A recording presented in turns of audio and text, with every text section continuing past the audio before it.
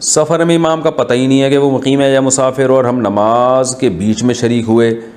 تو ہم قصر نماز پڑھیں گے یا پوری نماز پڑھیں گے؟ سلیم صاحب سعودی عرب سے۔ سلیم بھائی آپ نے تو میرے دل کا مسئلہ پوچھ لیا، یہ مجھے بھی بڑی کنفیوژن ہوتی ہے۔ بعض دفعہ ہم راستے میں کہیں اتر کے نماز پڑھتے ہیں، جو امام نماز پڑھا رہا ہوتا ہے ہم اس کے پیچھے نماز پڑھتے ہیں، اب ہمیں نہیں پتہ ہوتا۔ مثال کے طور پر میں اتحیات میں شامل ہوا، اب امام نے سلام پھیرا، اب میں کنفیوز ہوتا ہوں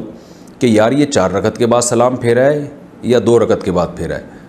تو یہ واقعی کنفیوژن ہے۔ تو اس کنفیوژن کا علاج حدیث میں ہے کہ آپ صلی اللہ علیہ وسلم جب بھی مسافر ہوتے تھے اور آپ جب 2 رکعت پڑھا کر سلام پھیرتے تھے تو آپ سلام کے بعد یہ اعلان کرتے تھے اتموا صلاتکم فإنا قوم سفر،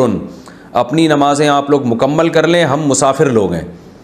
تو اس سے پتہ چلتا ہے کہ امام کو چاہیے کہ وہ سلام پھیرنے کے بعد یہ بتا دے لوگوں کو، عربی میں نہیں بتا سکتا اردو میں بتا دے، پشتو میں بتا دے، سندھی میں بتا دے، پنجابی میں بتا دے۔ تو ہم نے جو ہے نا 2 رکعتیں پڑھی، ہم مسافر ہیں، تو یہ امام کی ذمہ داری ہے کہ وہ یہ بتا دے کہ ہم مسافر ہیں، تو اس سے یہ مقتدیوں کی کنفیوژن دور ہو جائے گی، ورنہ دور نہیں ہو سکتی۔